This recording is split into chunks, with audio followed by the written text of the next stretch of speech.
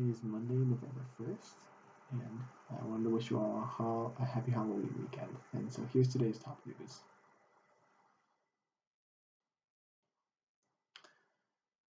President Biden went to the International Climate Conference called COLPW in Glasgow, Scotland. The point of that conference, or it was the 26th conference,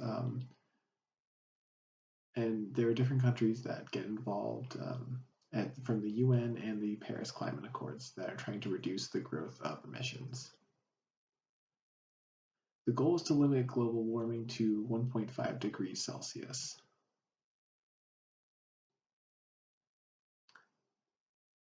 President Biden apologized for previous administration's withdrawal from the Paris Climate Accords, and Biden said that he hopes that Congress will pass a bill that includes the $555 billion resolution to try and combat climate change. There's been some difficulties trying to pass that bill as there are different divisions within the Democratic Party, and Republican senators are all strongly against it.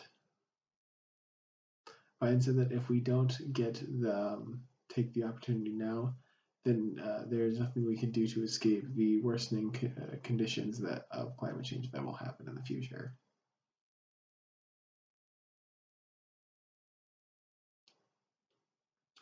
Secretary General Antonio Burris said that we need to try and tackle this, and we need to take care of our own. We are digging our own graves by doing this.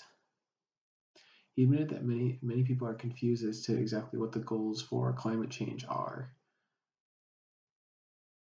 And they said that they will call a group of experienced leaders to get together and discuss a clear and common goal for all. Over 100 world leaders attended that conference, and China and Russia did not go to attend the conference. White House Press Secretary Jen Psaki said yesterday on Sunday that they're preparing for COVID as they are getting vaccine.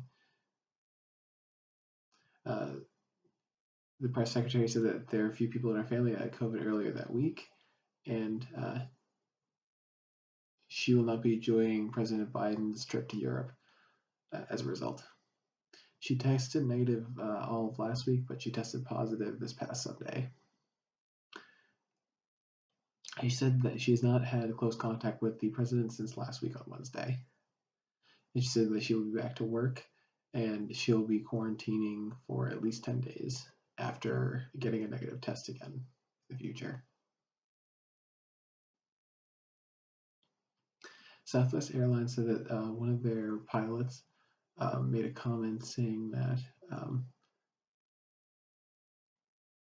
let's go Brandon after landing.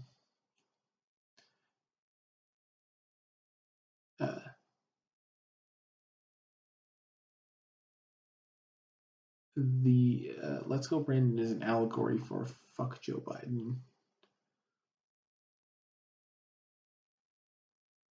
One reporter that interviewed the driver, his name is Brandon Brown, interviewed after he had won a race. The audience heard the warning on TV and screamed both F Joe Biden as well as let's go Brandon. The reporter said that you can hear the crowd say let's go Brandon, and there were many people that suspected it felt like the reporter wanted to cover up the protesting crowd that was screaming F Joe Biden. There are many Republican senators that are also using that phrase, let's go Brandon, against the 46th president. This was a representative from South Carolina, and you can see the mask on his face that says, let's go Brandon. So Southwest Airlines is going to be investigating, And NPR said that they don't accept their employees sharing personal political opinions while working.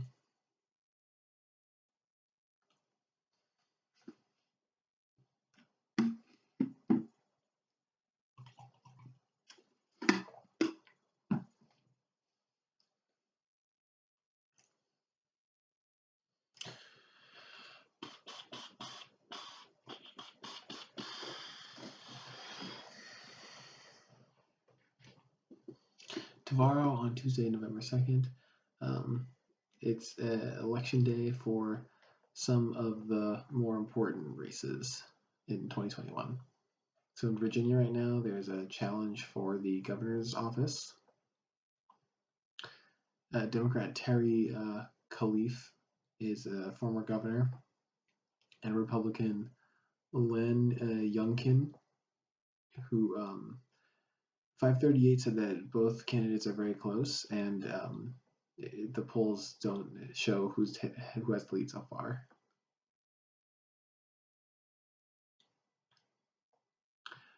Democratic Senator Phil Morkin is being challenged by a Republican, and the Republican is leading in the polls. There's also a special election for 2 House seats in Ohio and also one in Florida.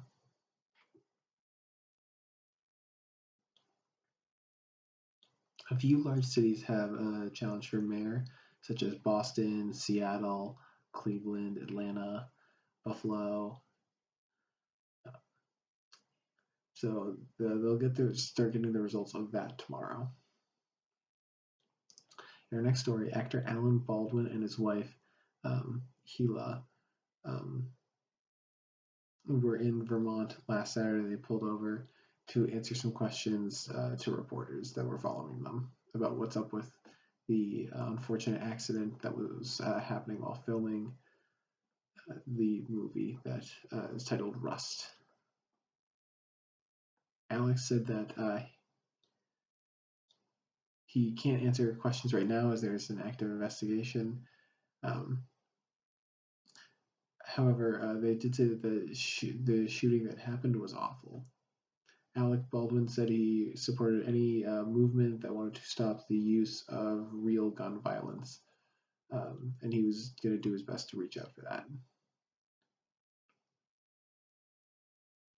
He said he was doubtful that the filming of the movie Rust would start again. Our next story, in Tokyo, Japan, there was one man who was dressed like the Joker from the movie Batman. And he went out and stabbed people on a train and threw acid on a few people as well. He also tried to light the train on fire. There were 7 people that were injured, and the news video showed there were many people panicking as they were trying to exit the train. However, he was sitting there as normal, smoking a cigarette.